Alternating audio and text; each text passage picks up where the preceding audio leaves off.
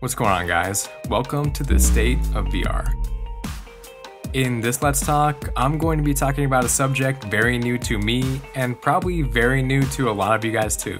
It's called VTubing. I wanted to cover this topic because I think it's very relevant to virtual reality, especially today where privacy is a #1 concern for a lot of people. Ever since we learned that certain tech companies are taking our information for financial benefit.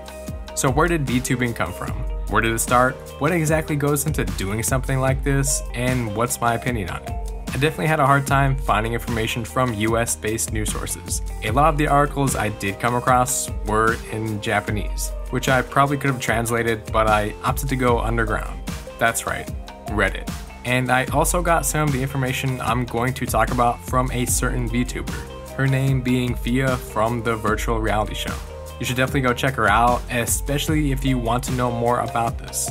I appreciate every one of you who keeps up with my content, and I hope you enjoyed this video. Let me know if there are any topics you want to see me cover in the future, and without wasting any more time, let's get started.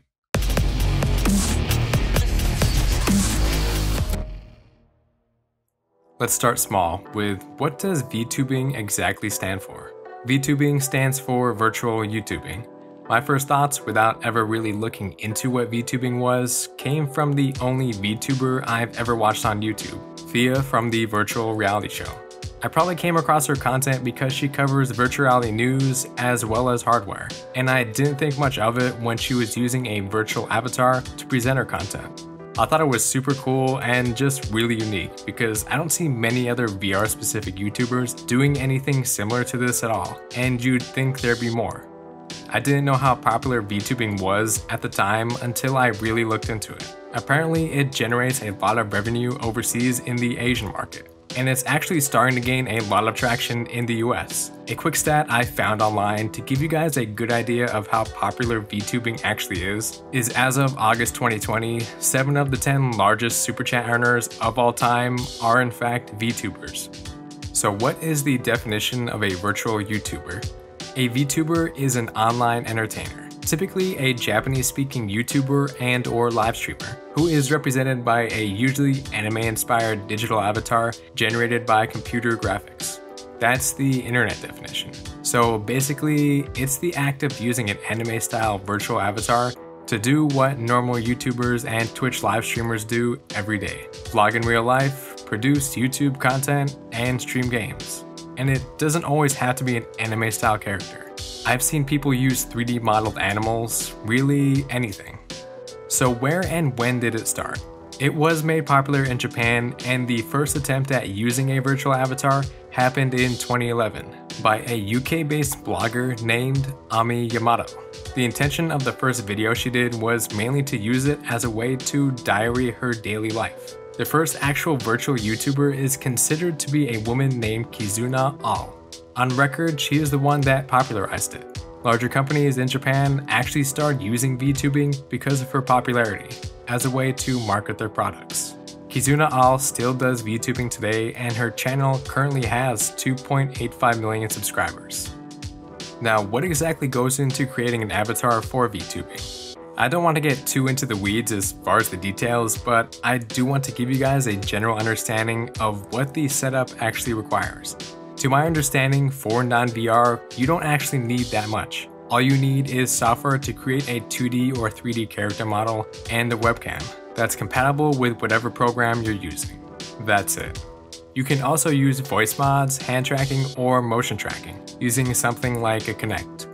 For actual avatar creation, Fia mentioned during her time on the F Reality podcast that the first software she used in creating her very first avatar was called Vroid Studio, just to let you guys know. She actually goes more in depth on that podcast episode, talking about her experience thus far with VTubing and her setup. So what purpose does it serve? Why not just show your actual face instead of using the avatar? I actually don't believe there is one reason. I believe some people do it just for fun or to be different and unique.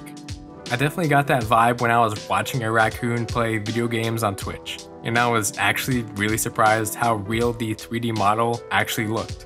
Obviously, some do this for anonymity reasons to protect their identity, family, and a lot of things. So what's my opinion on its value in the virtual reality space? First off, it seems like a cool community to actually get into. It reminds me of the beginnings of social VR apps like VR Chat and the VR tech community. In general, both started really small, but are now just finding their footing somewhere in the mainstream tech world. My favorite thing about it is that it allows someone to speak their mind without necessarily giving up their identity and then being shut out socially. Especially now in this digital age where everybody can pretty much find anything out about anyone. Don't worry, Zuck's got your information covered. With this new quest, he's probably going to be doing scans of your entire room anyway, without you ever knowing. Just kidding, or am I? There's probably so much I didn't cover or go into detail with, so maybe there will be a part 2 for this video, and maybe I'll make my own avatar. Let me know if you enjoyed this topic and if this is something you'd want to get into. Until next week, thanks for watching. Please like and subscribe for more Let's Talks, the latest gameplay, and game reviews. Peace out, VR dudes and dudettes.